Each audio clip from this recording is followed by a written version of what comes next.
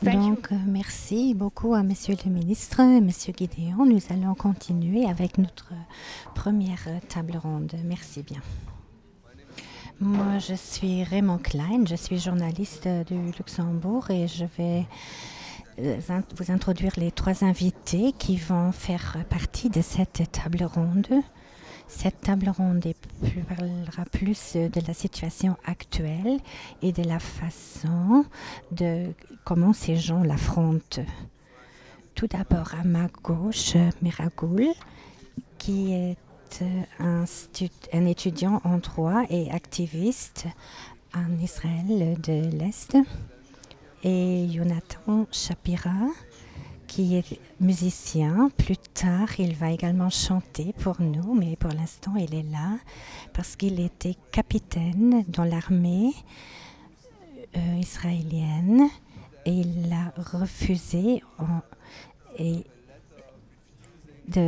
rien que le fait de ne plus vouloir servir l'armée à cause de l'occupation. C'est donc l'un des combattants de son association. Et ensuite, il y a Tamar Alon, 28 ans, qui est un refusnik, parce qu'elle s'appelle ainsi, qu'elle refuse également l'occupation. Et c'est pour ça qu'elle était 130 jours en prison. Pour l'instant, elle travaille dans des projets sociaux. Et ma question serait, vous-même, vous êtes un refusnik. Et vous êtes dans l'organisation Mesavot, une organisation qui aide d'autres gens à devenir des gens qui refusent également pour faire leur service militaire. Alors pourquoi est-ce que vous recommandez ça aux gens et pourquoi est-ce que vous l'avez fait? Bonjour à vous. Tout d'abord, j'aimerais dire que mon anglais est assez bien, mais ne me jugez pas là-dessus, s'il vous plaît. Donc, je suis Tamara Alon, je viens de Tel Aviv, j'ai 28 ans et je voudrais décrire ce que je fais pour l'instant. J'ai fait mon service civil, je vais vous expliquer plus tard ce que ça veut dire. La première année, j'ai fait mon service dans un refuge pour femmes battues avec des enfants qui les accompagnaient. Et la deuxième année, j'ai été pour des jeunes à risque. Et pour l'instant, officier. Et j'ai terminé ça le mois dernier, après 2 ans. Et pour l'instant, je commence à vivre ma vie d'adulte officiellement. Et j'ai déménagé vers Haïfa dans un appartement. Et je commence à avoir un salaire pour ce que je travaille. Donc, je dirais au début, pour que en Israël, chaque teenager israélien, lorsqu'il atteint ses 18 ans, doit se rendre à l'armée. C'est une loi. On n'a pas le choix. Il y a 2 façons de ne pas le faire. Si vous êtes malade ou un problème de santé auquel vous faites face, ou bien si vous avez un problème psychique. Donc, c'est 2 façons qui vont vous exclure de l'armée. Et donc, ça c'était l'introduction. Et maintenant, sur moi, j'ai grandi dans une famille plutôt de gauche. Mon papa était officier de l'armée jusqu'en l'an 2000 et il a refusé de servir dans les territoires occupés. Et il était également en prison pendant 20 jours. Moi-même, j'ai grandi comme Jonathan dans des conditions de paix, mais ça faisait part de ma vie quand j'étais à l'école, au lycée, comme chaque teenager israélien, lorsque j'avais 16 ans. Alors j'ai reçu mes premiers ordres. C'est la première fois que les militaires vous contactent et tu dois te rendre à un endroit pour être interviewé. On te pose des questions. Et ils veulent trouver un emploi pour toi dans l'armée parce que tout le monde doit y aller. Et comme tous mes amis, je me suis rendue et j'ai voulu être très charmante et gentille parce que je le suis en fait. Et parce que je voulais qu'ils m'acceptent, parce que tout le monde y allait et je voulais avoir un très bon travail, etc. Et tout le monde était impressionné. Et on m'a envoyé des invitations dans des unités spécifiques.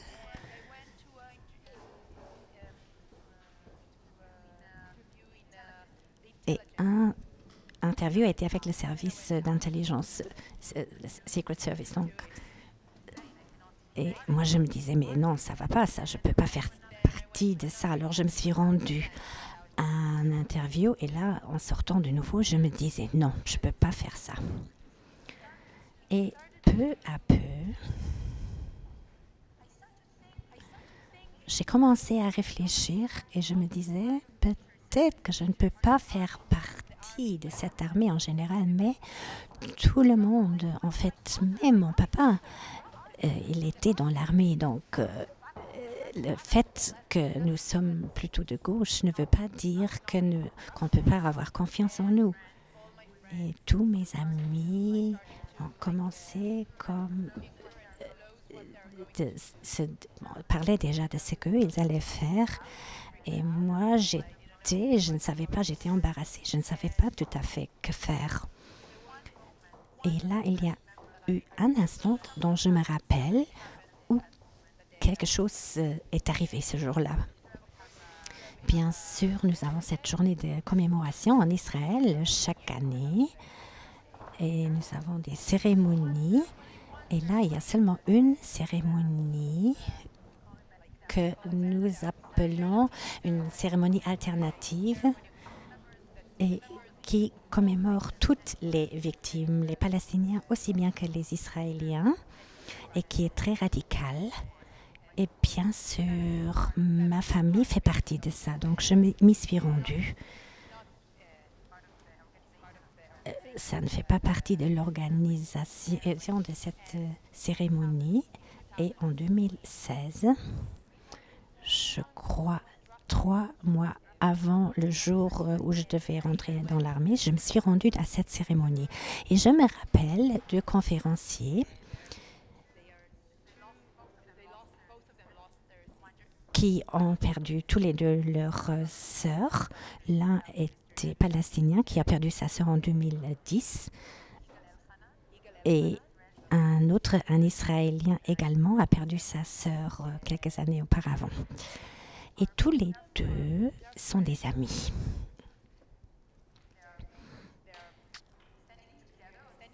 Ils sont ensemble sur scène et ils s'embrassent et ils s'entretiennent. Et tous les deux ont un trou énorme dans leur cœur pour ce qui se passe sous l'occupation. Et je me rappelle que tous les deux qui disaient la même chose, à savoir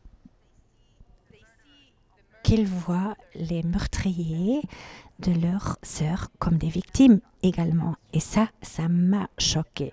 Waouh, c'était que ils ne sont pas des victimes, mais ce sont des meurtriers. Alors, tous les deux, ils ont expliqué, l'un en arabe, l'autre en hébreu, que tout le monde est une victime de l'occupation dans cette situation. Et je me rappelle, lorsqu'ils ont terminé, j'ai regardé ma maman qui était à côté de moi et je lui ai dit, « Moi, je ne veux pas être une victime. » Et je crois que ça, c'était le moment clé où j'ai décidé que je ne pouvais pas faire partie du service militaire.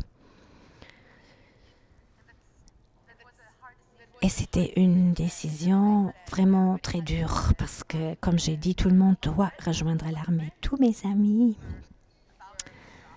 étaient en train de partir à l'armée.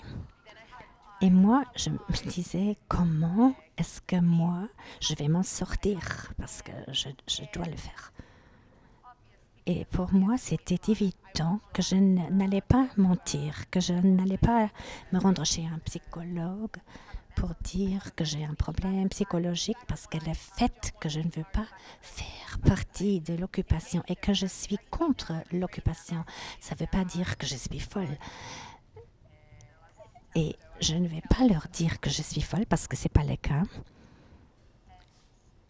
Et je ne sais pas comment ça s'est passé, mais au même moment que j'ai décidé que je n'allais pas aller en armée, il y avait une fille, Tahir, qui est également un refusard, et elle était emprisonnée.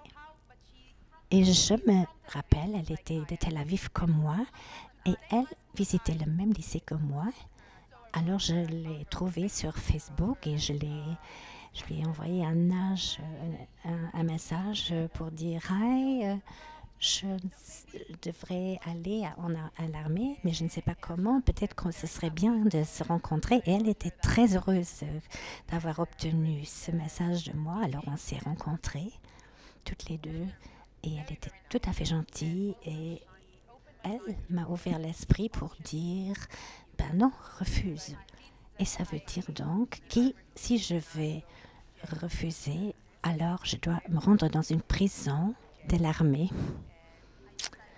Et j'ai décidé que c'est ce que j'allais faire. Ma famille ne m'a jamais dit ce qu'ils voudraient que je fasse parce qu'ils voulaient que je prenne ma propre décision et de trouver mon opinion moi-même. Et quand je leur ai dit ce que je voulais faire, alors ils m'ont vraiment soutenue et ils m'ont accompagnée à travers tout ce procès. Donc, j'étais pendant 130 jours en prison militaire. Et après, lorsque j'étais relâchée de la prison et du service militaire avec le sous-titre de mauvais comportement civil, parce que je suis une mauvaise fille. Alors j'ai fait du service civil parce que tous mes amis étaient à l'armée pour servir 2 à 3 ans et moi j'avais décidé que le fait que je ne voulais pas faire partie de l'occupation ne voulait pas dire que je ne voulais pas être bénévole pour mon pays ou ma nationalité ou ma communauté ou des gens qui ont besoin. Mais je me disais, je veux faire du service volontaire et je l'ai fait pendant 2 ans. Et comme je l'ai dit auparavant, je viens tout juste de terminer. Et ainsi, je pense que c'est mon histoire en global. Merci beaucoup.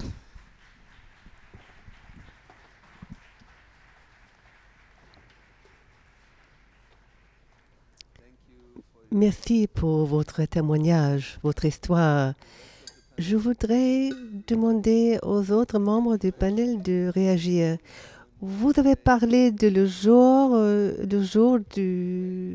de mémoire, où vous avez rencontré les représentants des 2 peuples. Peut-être vous pouvez nous dire quelle est l'importance de ces rencontres avec l'autre. Jonathan. C'est un peu difficile parce que je ne suis pas ici pour représenter les combattants pour la paix. C'est vrai que j'étais un des cofondateurs de cette organisation avec mon père et mes frères. Mais aujourd'hui, je représente un autre mouvement, BDS. Nous pensons que c'est très important de mener ce combat ensemble et je peux vous raconter beaucoup de choses sur les rencontres des anciens combattants ensemble et le changement spirituel qu'ils subissent, qu'ils vivent que tu te trouves dans un salle comme membre ou ancien membre de l'armée israélienne et en face à des Palestiniennes qui ont combattu cette même armée pendant des années. Tu traverses un étrange processus. Tu arrives avec de la peur de l'autre, tu maintiens ton identité du passé et tu sors de cette salle comme une autre personne. Tu ne peux pas être la même personne du passé. Quelque chose tombe, quelque chose crolle et quelque chose, ton identité grandit. Je ne suis pas seulement un Israélien, un Juif, un homme. Une part de moi et mon frère pastelien qui, par hasard, dans le cosmos, il était né quelques kilomètres de mon lieu de naissance, dans une famille différente, un autre peuple. Et c'est un processus très profond, cette espèce de se tomber amoureuse avec votre ancien ennemi. Et vous devenez frères et vous travaillez, combattre ensemble juste pour vous dire quelque chose sur les combattants pour le pays. Je crois que ça existe depuis 12 ans. Je ne voulais pas être trop longue, mais je dois vous dire que c'était incroyable et ce combat ensemble nous a changé tous, toute notre vie. Mais nous avons aussi continué avec nos vies. Je suis maintenant musicien, je voyage, je parle avec les gens, je assistais avec des workshops, des ateliers.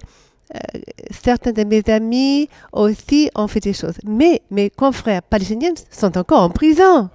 Nous avons continué, mais les autres restent en prison. Ce n'est pas que nous menons un combat sur un territoire. Non, ça c'est une situation d'apartheid. Un apartheid brutal. Mais même si je milite pour le pays, je fais encore partie de ce peuple dominant. Et alors moi, je me suis dit, je dois faire un pas en plus. Je dois être dans un mouvement de solidarité avec des Palestiniennes, mais mener aussi comme des membres palestinienne. Et c'est un mouvement international, mondial, qui s'adresse à tout le monde, des agriculteurs, des gens, des éducateurs. Oh, tu restes un membre de ce grand mouvement de combat à l'échelle internationale. Merci, Jonathan. Et Meragoul, quelle est ton expérience avec cette rencontre, par exemple avec des activistes israéliennes qui refusent l'occupation? Tout d'abord, merci de m'accueillir ici. Je ne vois pas très souvent des activistes israéliennes. En effet, c'est peut-être une des premières fois que je rencontre quelqu'un qui est refusnik. Alors, j'ai écouté son histoire avec beaucoup de passion et d'intérêt et je suis très fière de ce mouvement. Elle a vu qu'il y avait quelque chose qui n'était pas bien. Elle a eu le courage de se mettre debout et dire il y a quelque chose qui ne va pas bien ici. Mon gouvernement fait quelque chose qui n'est pas bien. Je suis privilégiée et moi, je voudrais me mettre debout et m'engager pour des gens qui sont les victimes du régime. Donc, je me rends compte qu'il y a beaucoup de monde activistes à Jérusalem, en Palestine et aussi dans les territoires d'Israël. ça, c'est peut-être mon toute première expérience de me voir autour d'une table avec 12 activistes. Alors, je suis tellement émotionnée, tellement, ça me fait tellement d'impression. Merci beaucoup de me donner cette expérience.